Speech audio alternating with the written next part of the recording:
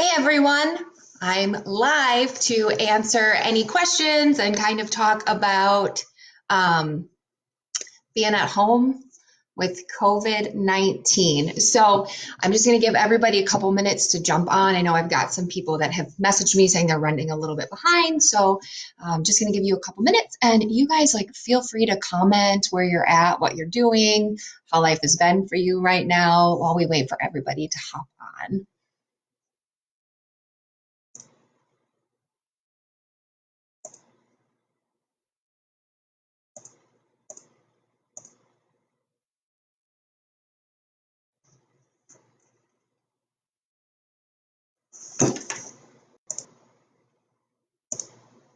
Also, this is like my first actual live question and answer stream, so bear with me if I have some technical difficulties. I think I've got it all set up, but hi Abby, how are you? And if you hear the dog barking, I'm just sitting in my living room, so this nothing fancy at all. Anyhow, I'm just going to jump in quickly on some real basic things for managing this pandemic. So I'm in Wisconsin. Many of you are also in this area, and we're all sheltering in place. I think Wisconsin, correct me if I'm wrong, we've been sheltering in place since Wednesday, and it goes until April 24th or 25th, which means you're only allowed to leave your house if you need essentials or if you're an essential business or you need to go to the doctor. I'm fortunate enough that I can work from home. I got to be honest, it's a little bit hard to stay inside. It's getting a little bit boring. We are allowed to go out and exercise for our physical and mental well-being, or if we have a pet, but the weather hasn't been great either. Yesterday was awesome, but in general, the first week that we're sheltering at home, it hasn't been great. I'm going to assume some of you guys watching from other parts of the country also are at shelter in place orders. And I'd love to know what you're doing to stay busy. I've got Allison is saying she's kind of bored. She's trying to get outside as best she can. And I think that's wonderful because it's really important while we are dealing with all of the anxiety surrounding this COVID-19 pandemic that we are getting exercise, right? So we're going to do super, super basic anxiety stuff real quick. And then you guys feel free to shoot me your questions, or you can shoot them now and then I'll just peek at them in a second. So what we know about anxiety is this. There's this brain-body connection. This is going to be really basic, right? So our brains perceive real threats and then imaginary threats exactly the same way. The little joke I give kids in my office, I have this big teddy bear, right? And I say, if your brain thinks that teddy bear is going to come alive and eat you, you're going to go into fight, flight, or freeze, okay? Because the brain's primary responsibility is to keep us safe, to keep us alive. It's just wonderful in that that's what it does. Humans like to be safe and alive and function. So right now, during the pandemic, there's lots of uncertainty, which is very scary. And there's some legitimate fears there. Am I going to lose my job? Am I going to lose my house? Am I going to get this virus and die? Is someone in my family going to get this virus and die? What's the economy going to do? How much longer can I stay in the house with my toddlers because they're driving me nuts? I mean, there are some legitimate fears going on. So our job, in order to be mentally healthy and have great well-being while we're stuck in this bubble of uncertainty, is to manage our anxiety. So some of those basics are eating, sleeping, and nutrition. I talked about the other day. I'm just touching on it again, and then we'll jump into these questions. So make sure you're eating healthy. Please don't eat all your quarantine snacks. Just don't, right? The stores still have food. You can still get food. You don't need to be subsisting on quarantine snacks or rice and beans. You can eat healthy, balanced. Thanks, Allison. I know, right? She's saying you don't have to eat all your quarantine snacks. So you can survive. You can survive on balanced meals. You don't have to be rationing food at this time. Eat healthy, balanced food. That's going to be great. Try to avoid excess caffeine, because that actually triggers a part of the brain that can cause anxiety. Also, try to avoid a lot of sugar and processed carbs if you can. Also, those will also affect the mood, affects part of the brain that can increase anxiety. So you just want to stay really aware of what you're eating. So that's the first thing, nutrition. Second thing is sleep. If you're working from home, it's really easy to fall into this routine of I'm just going to roll out of bed. I don't have to put clothes on because I'm working remotely, so I can stay up till 1 or 2 in the morning. That's really not good for you either. It's super bad for anxiety. Get the proper amount of sleep. Adults need between 6 and 8 hours of sleep a night. If you're not getting that, try your best to get in bed a little earlier. You don't want to be looking at electronics before you go to bed. That messes with circadian rhythms, so you're not going to sleep. Okay, got it. Sleep is important. The other thing is exercise. It's very tempting to just like be working from home all day and then go lay on the couch and watch Netflix. Don't do that. Get outside. Even if you're in a shelter in place, like read the orders. Again, hours, we can go outside. We can go outside for our physical health. We just have to stay away from other people. We can, exercise pets, things like that. If for some reason the weather's disgusting or you're not supposed to go outside at all where you are, there are so many workout like videos that you can stream online. There are so many like YouTubers, influencers, fitness gurus that you can watch online. And if you're not comfortable with that, you can absolutely go really, really old school and you can do like jumping jacks, sit-ups, push-ups. You can like jog in place. If you have exercise equipment, now is the time to pull that out. You have got to stay active. If you don't stay active, that's just so damaging for your mental health. And this is really not the time when we should be, like not paying attention to our mental health. This is the time we really need to pay close attention to our mental health. Stephanie's got a great idea. So she's bored, so she's putting out healthy snacks, apples, celeries, veggies. That's a great idea. It's a great idea. So make sure you're covering those bases, nutrition, exercise, and sleep during this time. All right, let me scroll down here. So I've got a question about how do you turn your mind off because you're having a hard time sleeping because of everything's going on. All right, one thing I would say is mindfulness and or relaxation. A lot of people tell me things like, well, I don't believe in mindfulness because of my religious beliefs. I'm just going to have you pause there for a second. Hi, Shelly. If you're like kind of Judeo-Christian, that could involve a devotion. It's anything to just get your mind into a peaceful, quiet place so that we don't have these thoughts spinning out of control. And it's easy to do because there's so many what ifs right now that sure, yeah, I could lay in bed and wonder about all the what ifs all the time. So mindfulness or relaxation, there's like tons of different ways to do relaxation and mindfulness. I do have other videos about that, but I would definitely recommend mindfulness, relaxation. If you wanted, you could use like a lavender essential oil. I've heard that's really good for helping people fall asleep. There's wonderful apps you can download. Again, don't look at your screens before bed, but you can flip your app on and then put your phone down or your iPad or your computer and let your app run. Guided imagery is great. I mean, there's so many things. The other thing that's really easy to use and really effective is squeezing and releasing your muscles progressively from your feet all the way to your hands when you're laying in bed. Also, a random fun tip is make sure it's not too hot or too cold in your bedroom because that can make it really difficult to fall asleep too. So you would just want to set your bedroom up for like peaceful, quiet, I'm in bed, I'm relaxed, I'm falling asleep. Great question. Thank you so much. I had another question from my friend this one's tough. And please, hi Sheila, please Stephanie weigh in because Stephanie works with younger children than I do. I'm 5 and up. Stephanie's really littles. So my friend's got 2 little boys, right? And he wants to know how he can get his kids to chill and share toys, not fighting, and they're having temper tantrums. So this is a tough one for me because this really isn't my area of expertise. Stephanie, please weigh in if you want.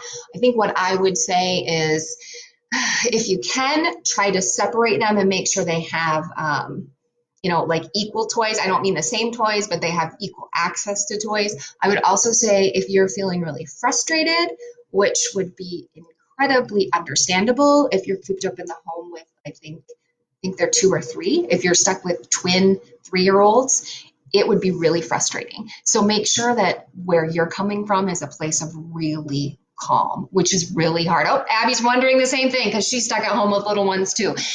And it's hard on the kids too. Let's remember this. Let's be real, especially for any of you guys that have little kids at home where one or two have gone to school and maybe you have other ones that are home with you all day. Now they're competing for your attention because generally, the older siblings are at school and now they're home all the time and they're invading your kids' space. So also make sure if you can, and this is hard too, to be spending as much quality time, with each kid as possible. And I know that's tough because especially if you have, you're working from home and you have not a lot of little kids in the house, how are you supposed to spend time with this one and this one and this one and manage the home and get your work done? Super frustrating. So, maybe Stephanie will put some tips down for working with really little kids. But I would say for you as a parent, it's making sure you're in a good place and you are taking really good care of yourself so that when you're interacting with your kids, you're calm. Also, it's being really creative, right? Because let's be real, how much Paw Patrol can you watch every day? So you don't want to plunk your kids down in front of electronics all day long. You also have to be really creative. I had some client tell me the other day they're doing quarantine bingo, which is kind of a cool thing. So what they're doing is they're setting up little expectations for their kids all day long, like some chores, some reach outs to keep them connected. So, call your friend Dylan, call grandma, color a picture, clean your room. And then when they get bingo, they get a little like a snack or a reward. So that's an idea too. I welcome anybody's ideas because honestly, this is all new for all of us. So we're having to think way outside the box. All right, let's see what we've got here. Stephanie has two little kids. She has them make a checklist every day. Sometimes they're together and sometimes they're apart. We talk about when she can play and cook, and she has them help her with chores, which is a great idea and also wonderful. Keep them at their regular bedtime. Don't change their bedtimes simply because you're working from home and they don't have school in the morning. Wonderful, because then you get your own adult time. Alicia's had a lot of success with timers, so setting an egg timer and then swapping toys when the egg timer goes off. So that might be something for you, Vincent. I don't know, because your kids are really little. Abby, that would probably work for your two older kids, I think, but probably not for Ray because she's so little. All right, what else do we have? Oh, play outside as much as possible. Yes, I'm fully into that, especially if you have your kids home from school. Go and play. Play. Again, the weather in Wisconsin hasn't been great lately. Yesterday was gorgeous, but still get out. Go for walks, let them ride their bikes, their scooters, whatever. Quick note, playgrounds are closed, at least here in our town. So you'll want to check on that. It kind of makes sense that they're closing the playgrounds right now. So I don't think I would bank on that. However, the state parks are open. So in our area, there's so much hiking. You could wear kids out pretty quickly hiking. And the final thing I would say about that, unless anybody else wants to jump in that have little ones at home and you're managing well, is try and implement a quiet time. And again, this is not for the kids so much as it is for you. Because you're the parent, you're stressed out about everything going on, you might be working from home or you've lost your job, and now you're at home with kids all day long. And kids can be frustrating. So as parents, you've got to take some time for you. So if you can get your kids to do a quiet time, that's awesome. And by quiet time, I don't mean like a nap time. Your kids don't have to take a nap. Just put them in their rooms with toys and tell them to be quiet so that mom or dad can have whatever it is, 30 minutes, 45 minutes, or an hour of just you time. You have to have that you time. Or you guys, I don't know, I might be reading your names in the paper, right? Like mom convicted of strangling kids. Of course, I'm kidding. None of you would do that, but you do need your space. You need your downtime. So try to implement a quiet time if you can. Stephanie's going to go ahead and share on Facebook. I'll put a link to her stuff as well later. Some tips she's been using. Somebody else said a Zoom tea party, and I'm all about that. So that I'm going to talk about that. So I appreciate you jumping on here, Sheila. So One of the things I'm noticing a lot in my client load, which is mostly elementary age kids up to high school, their biggest anxiety is not seeing their friends, which makes so much sense because developmentally, kids need social support. So if you're a parent or a grandparent and you are interacting with those kids that aren't in school, please, please, please help them stay connected. Help them stay connected. So I'm telling all of my kids that I see to make sure that they get some sort of connection with their friends. Now, when we're talking about the older kids, and I'm going to miss some, I know. There's TikTok, there's Snap, there's Instagram, there's Twitter, there's FaceTime, there's Facebook Messenger, there's emails, there's Google Hangouts, there's Zoom. I'm sure I'm missing something. I'm sure I am. But if you're a parent or grandparent and you have those kids in your house, it is important to remember that that social connection is incredibly important for them. So definitely encourage them to connect with their friends virtually. I have some elementary age parents that are setting up like virtual play dates. I recognize it's not the same as meeting up with your friend and playing on the playground. However, it is still fostering that connection. The caveat to that is please do not allow your children 8, 9, or 10 hours a day on electronics. I have heard that all week, especially from the teenagers where they've been on their PlayStation or Xbox literally 9 or 10 hours a day. And they say, well, I can connect to my friends because of online gaming. Absolutely don't do that. That even if they were in school, they're not going to sit and talk to their friends for 8 or 9 hours. Absolutely not. That is awful for their brain development. If you can limit the electronics, the more you can eliminate, eliminate the electronics, reduce the electronics, the better. Keeping in mind, they should be able to connect electronically with their friends. So there is a fine line and a balancing act there, but 8, 9, 10 hours of electronics, no way. No way. You got to set some boundaries on that. As a parent or grandparent, you have to set boundaries. Oh my gosh, my nephew's waving at me and trying to talk to me. Hi, Eli. How are you? How's it going? You can call me later. Okay, that's that connection piece. He's so cute. I can't stand him. All right, let's see. So my friend's saying that her kid has been using Messenger to video chat with his friends, and then wonderful idea, he's going to write some letters to his friends. Beautiful, beautiful, beautiful. Absolutely wonderful. Great idea. So we have another question, and we can come back to anything about kids, teenagers, anything in a just feel free to put it in the chat. But we have another question about, with all the people rushing to the grocery and retail stores, what are some tips for keeping cool during these times of chaos? Yes, great question. So the number one thing is remind yourself this is going to end. I have had a number of people say, I don't think this will ever end. It will end. It will end eventually. And I think there's also a fine line between panic and wisdom, and being cautious. So what do I mean by that? You can 100% take precautions. When you go out in public, yeah, you might want to take some hand sanitizer with you. You want to disinfect things after you've touched stuff. If you've been touching shopping carts or you use a public restroom, yeah, for sure, take precautions, clean up, all of that stuff. If you don't have any food in your house, you probably should go get some, right? However, if you have food in your house, look and be very realistic about it. Like, how much food do I have? What, worst case scenario, how long would this last me? I've got a month's worth of food. You're fine. You don't need to panic shop. You really don't. Let's talk about the toilet paper thing for a second, okay? First of all, there's no reason to need bunches and bunches and bunches of toilet paper. Toilet paper is still being manufactured.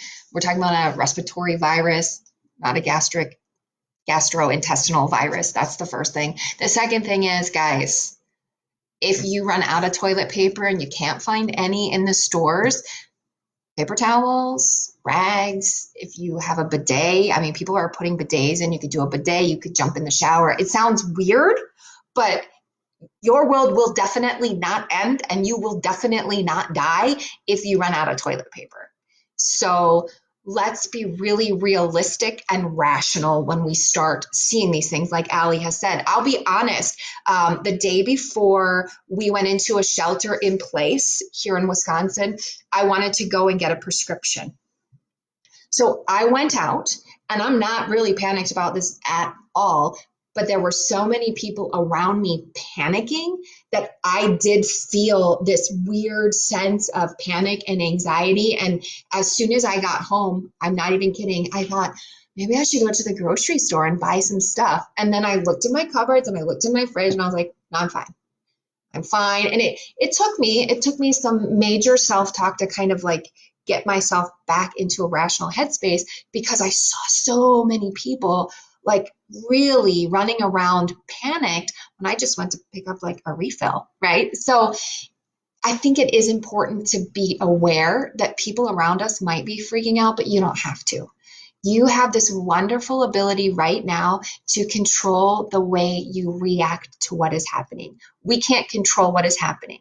We cannot control the virus. We cannot control how our government is responding. We can't control how our neighbors are responding, our friends and family are responding, but we can control how we respond. So you can be very conscious. You can, again, you can make sure you're eating well, sleeping well, exercising, make sure you're practicing some daily mindfulness to get yourself into a calm place. And then you can make rational decisions, even if everybody around you is kind of spinning into this panic and chaos. No, you're not crazy. You are not crazy. So, and that's the thing, right? We're inundated with so much conflicting news all the time that it does sometimes feel like we're going crazy. What do I believe? Am I crazy for not stocking up on toilet paper? Am I crazy for not running to the store every 5 seconds? Or I feel like compelled to go and pick up these essentials, so I'm going to go do that. Am I crazy? I mean, it's easy to fall into that pattern of like questioning our own sanity. Try to get grounded. Remember, this is going to pass. If you've got shelter, if you have food, you're okay. You'll survive. Absolutely. And there's ways to make it more enjoyable. Okay, so we're going to look up here quick.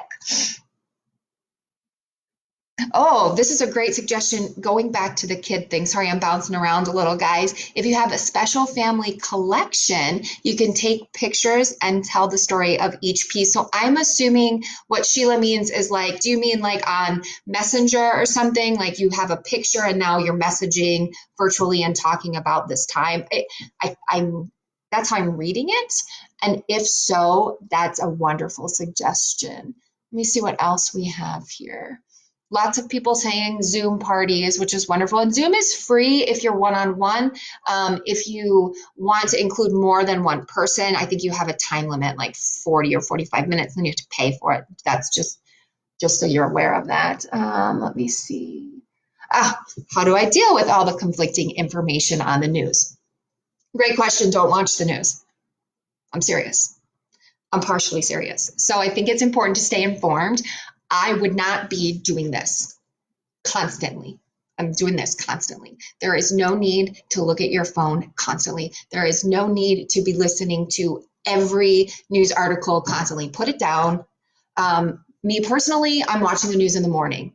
So I get up, I have my cup of coffee, I check in on the news, what's happening, what do I actually need to know about, and that's it. I don't look at the news the rest of the day, because if you do, you could go insane. Again, it's just conflicting information constantly, and we just really don't know very much about what's happening. So please put your phone down, turn your radios off. Don't be inundating yourself with all this different news. The other thing is, be very mindful of social media. Yeah. Some people are guilty of looking at the news all the time. And here's what I'm going to say about social media. It's really easy for somebody to see something that they may or may not have the facts on and share it. And then that gets shared again and again and again and again and again. And now suddenly people are running out and hoarding toilet paper. Just be mindful of what you read on social media. You don't have to agree with it. You surely don't have to share it. You can do some fact checking if you want.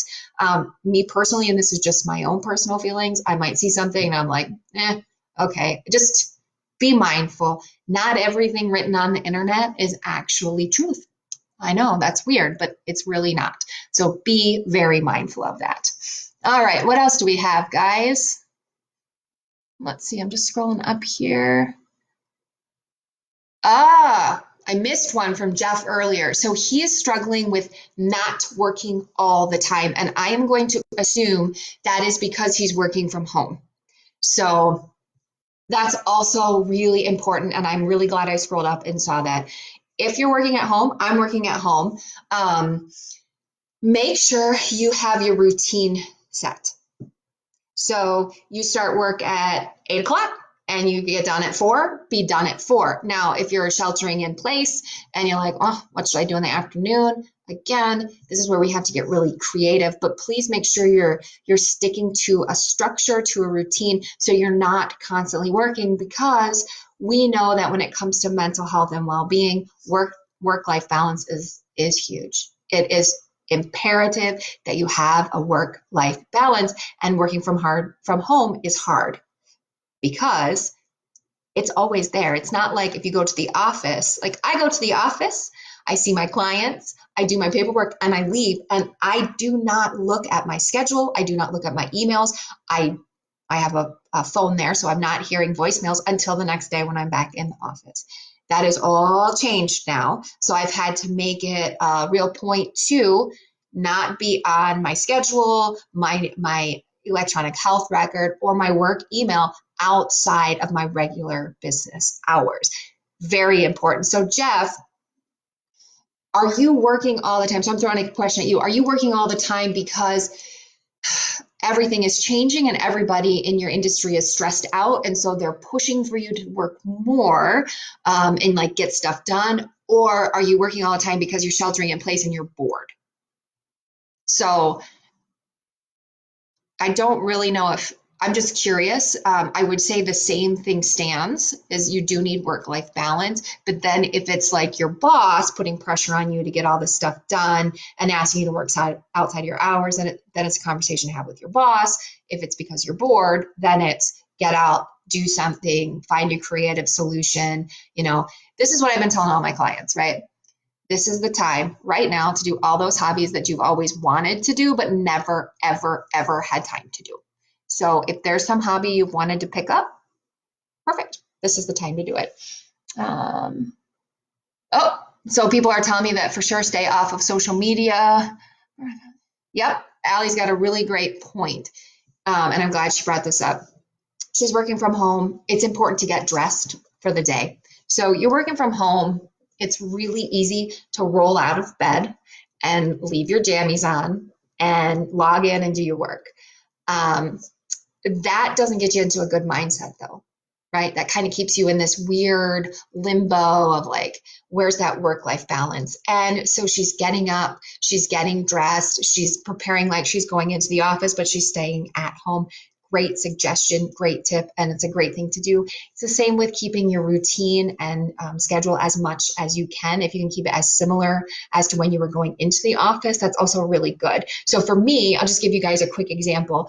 I get up in the morning, I have breakfast, I take care of my animals, I have like that kind of slow wake up time where I have a cup of coffee and I read the news and then I get ready for work, right? And so this is if I was in the office, then I go to work. Then I come home and I do my activities, I exercise, maybe go see the horses, take the dog for a walk, hang out with friends, whatever. So now how do I adapt that to working from home? I still get up at the same time. I still take care of the pets. I still eat breakfast. I still do my morning coffee routine. I work out sometimes now in the morning, which is kind of nice. Then I see my clients. And then when I'm done with my clients, I'm finding things to do in the afternoon, right? So it might be that I'm reading. It might be that I'm exercising. Some hobbies that I've always wanted to do, I'm picking up. Hey, here's another thing, like getting this social media presence up and running. I mean, I've been meaning to do this for like a year and I just haven't. So it's things like that now I have time to do it. I'm doing it, but it's very distinct from working with clients versus like doing things I want. So make sure you're staying as structured and routine, to your routine as you possibly can, because otherwise it's going to be too hard for that work-life balance to kind of fall away. And that wreaks havoc on not only your mental health and well-being, but it can wreak havoc if you are married or partnered with somebody and you're in the same home, right? Imagine this. So you're working from home all day and now your partner is also working from home, or maybe they're an essential worker who goes and then comes back and you're still working from home. That is going to wreak havoc on that relationship. It's going to damage that connection. Do your very best to stay a lot in your routine and in your structure. So we've got a suggestion that if you work from home and you have team members, do video conferencing to keep everybody on track and productive. That is a really, really good suggestion. So we've talked about like a whole lot. I'm happy to answer any more questions, hear any more tips. But I think it's just really important right now to remember that we are in these super uncertain times. Nobody knows what's going to happen. We really don't. So it is very important that we make wise, mindful decisions to keep our bodies and minds as healthy as possible. Not surprising. I've seen a huge increase in anxiety over the last 2 weeks for my clients. There's also a huge increase in depression. I've got a lot of people who are struggling with depression right now, and that's absolutely not where you want to be when you're stuck at home. You want to make sure that you are as healthy as you can be. So make sure that you are taking good care of yourself. You're taking good care of your children if they're at home, and you're managing to keep your balances, your work-life balance okay. And I know it's hard with trying to be creative, but that's the beauty of these things. Like, we can get tips. I'll post some tips. I'm going to link over to Stephanie's stuff on her tips because I know she works with real little kids. So we've got this great community that's kind of coming together to help everyone. So there's all of that. Does anybody have any more questions at all about ways to stay healthy, ways to manage anxiety, anything like that, or any comments you want to share with other people? Please feel free to go ahead and drop them right now and I can share them. Otherwise, I will probably jump off of here because I actually have some stuff I'm going to do today, which is really nice.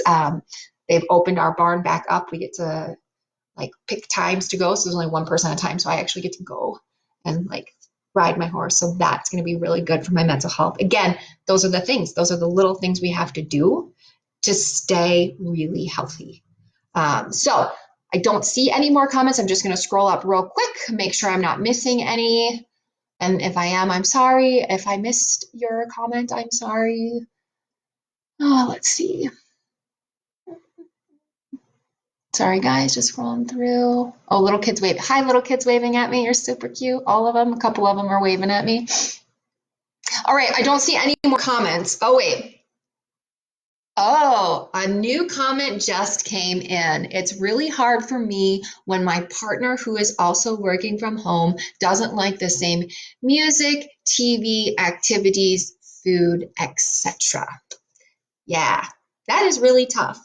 I'm not 100% sure what to tell you, except that compromise is a wonderful thing in a relationship. Also, I happen to know that your house is big enough where one of you could be downstairs and one could be upstairs. That might not be the best suggestion, but so you don't kill each other, you could try that. I also know that sometimes the music is quite loud and can be really annoying because it's a completely different, you're right, that other person doesn't like the music. So maybe being more cognizant of that, or having a discussion like, I really want to listen to these 3 programs on the radio. And then how do you feel if I listen to those 3 and then I'm going to turn it off? Or I really want to watch this program on TV tonight and then we can watch your program after or before, or whatever it is, if that makes sense. With the food, that's really hard.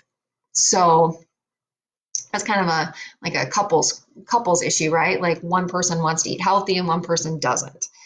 That is up to you on your comfort level.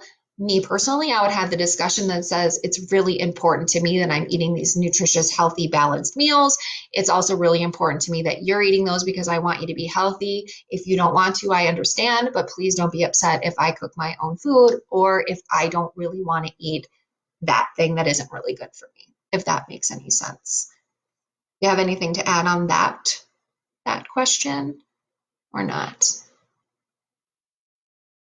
Doesn't look like it. Okay, so unless any more comments come through here really quick, I'm going to jump off. I'll just give it a couple more minutes and I'll just do a shameless little plug for mental health counselors everywhere, okay? We are healthcare workers. I am very grateful for all the doctors, nurses, critical care workers who are out in the fields, the EMTs, the CNAs, the physician's assistants, everybody. I'm missing them. I know I'm missing them. We are very grateful that you are there. And there are tons of mental health counselors here to help you. So you don't have to be anxious by yourself. You don't have to be depressed by yourself. And the good news is, because of this pandemic, legislation has been pushed through to allow more video conferencing and more telehealth. So like, you can reach out to me directly and we can set up some telehealth for you. Or you can call, I'm certain you can call your local agencies. They may not be in their office, but I'm certain that people in your area are offering telehealth, which what that looks like, it's a video, at least the way I do it's a video, so I can see you and you can see me and we can have a dialogue. Some people, it's just on the phone. Please do not be anxious and depressed alone. You don't need to be. We are here for you. Mental health counselors are here for you everywhere.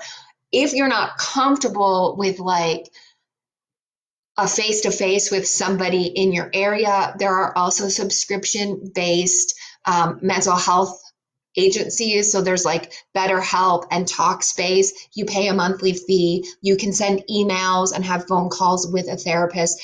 Please, please, please, please, please reach out. Do not think that you have to go through this alone. You absolutely do not. With that, I'm going to jump off unless anybody has any more suggestions. Please let me know what you thought about this. It's my first one, so I'm sure there's lots of room for improvement. And also make sure that you're following this page if you don't, because I like sending out emails and blogs and videos and little tips all the time. You can also follow me on Instagram, and then make sure that you look at my website as well, because that has like the longer blog posts that have a lot of information. And then just out of funness, I have some information about equine therapy, because that's just kind of a cool little side thing that is very beneficial. And I just like to get the word out about equine therapy because it's super great. So with that, I'm going to thank everybody for spending some time with me this morning. If you have any questions, you can still drop them in the comments, because I'll post this video and then I can go back and answer your questions kind of afterwards. All right. All right. Thanks again, guys. Stay healthy, stay safe. I'll talk to you later. Bye.